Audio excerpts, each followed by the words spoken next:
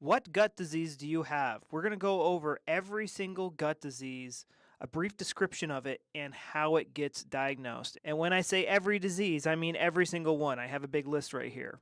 To heal your gut issues, check out my webinar on my bio link. It shows you everything I did to get better. So the problem with trying to get a diagnosis just based off of symptoms is a lot of these organs produce the same symptoms. And we can't just look at it and see what's going on because it's behind closed sphincters. So first what they'll do is they'll take a blood test to see if your inflammation markers are high.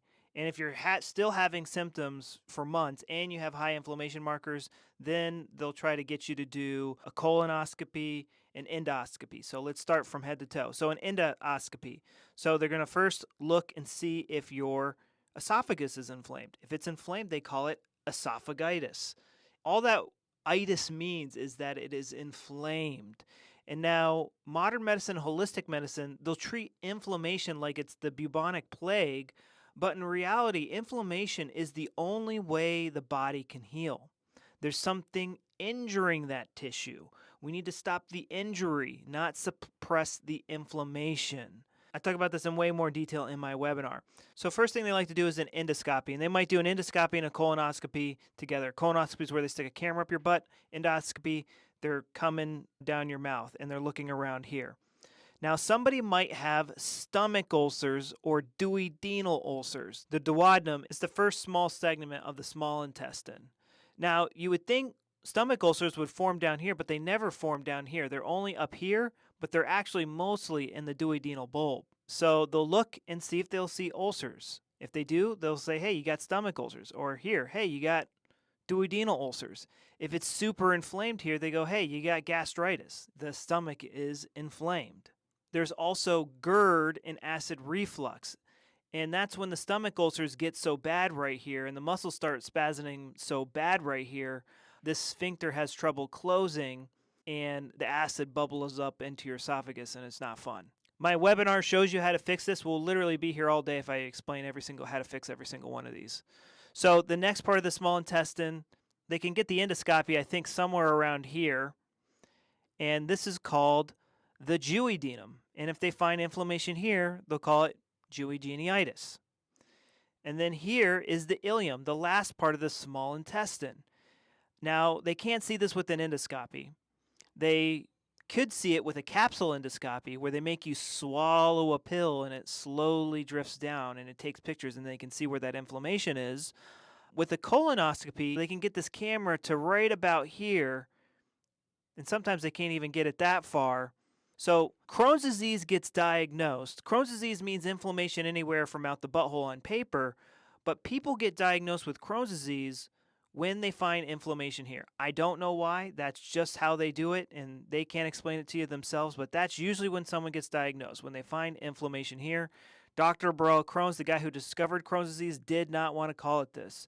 Another way that they find inflammation here in the small intestine is they do an MRI. And I'm sure you can do it with other things like x-rays and stuff like that. They can see the damage happening in the intestines. There's also other conditions here like SIBO. They do that with a breath test, and that stands for small intestinal bacterial overgrowth. There's small intestinal fungal overgrowth. There's also Candida. There's also leaky gut. And these are usually diagnosed through stool samples. A lot of these infections are diagnosed through stool samples, but SIBO is done through a breath test.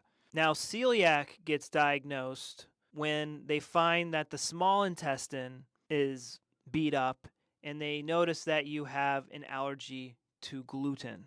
This is another messed up term because since the dawn of time, celiac was Greek for abdominal. So, and then in the 1950s or 70s, they just changed the term to gluten intolerance. But the term is supposed to mean that your small intestine is reacting to gluten. So it's when you have an intestinal reaction to gluten, so you get diarrhea or something. So they diagnose colitis with a colonoscopy. They look up here and they see if it's inflamed. And if the whole colon is inflamed, they call it pancolitis. If it's inflamed and bleeding, they call it ulcerative colitis. If it's just here, they call it sigmoiditis. If they find little pockets coming off, they call it diverticulitis. If the inflammation is just here In the rectum, they call it proctitis. Hemorrhoids, they can just put a little scope up here that sees to about here, and they can see if you have an anal fissure opening.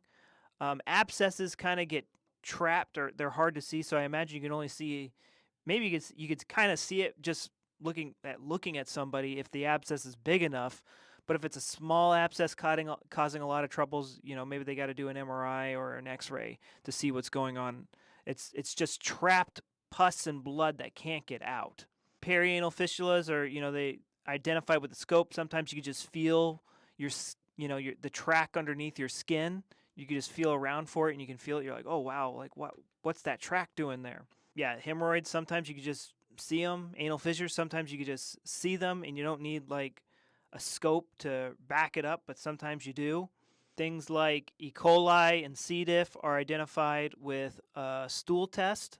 And then there is another condition called BAM, or bile acid malabsorption, and I really don't even like that name, but it's when, let's pretend your stomach's your liver for a second, and there's like a gallbladder here. It's when the gallbladder keeps dumping bile into your intestines and giving you this super green, smelly diarrhea, which can be, see, like a lot of these conditions can overlap. You could have colitis and Crohn's disease and stuff going on in your stomach. That's what I had.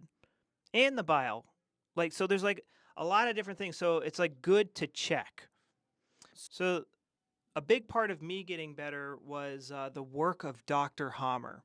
He could look at your brain CT scan and know exactly what gut health condition you had, without doing all this evasive stuff. Sometimes we got to do it in combination. And essentially what he discovered is that disease always starts after a traumatic event. This traumatic event threw our gut into overdrive. And now for the intestines, it's like, what was something important to my survival I couldn't absorb? And usually it's like a boyfriend or a girlfriend or money, like losing a job or getting kicked out of school. Like the gut symptoms always start after a traumatic event. And most of the time people are not aware. Like I wasn't aware for the longest time, but I had really bad anger and frustration all the time. So the way that we get better is we kind of got to like uproot this trauma out of our subconscious mind. And that's what I show you in my free webinar. This is my 13-day protocol. If I had to do everything all over again, this is what I would do. And it's worked on many other people when drugs and diets didn't work. It uproots the trauma, putting your gut in and out of overdrive. But go to my bio link and watch my free webinar. It shows you everything I wish somebody would have told me when I first got sick.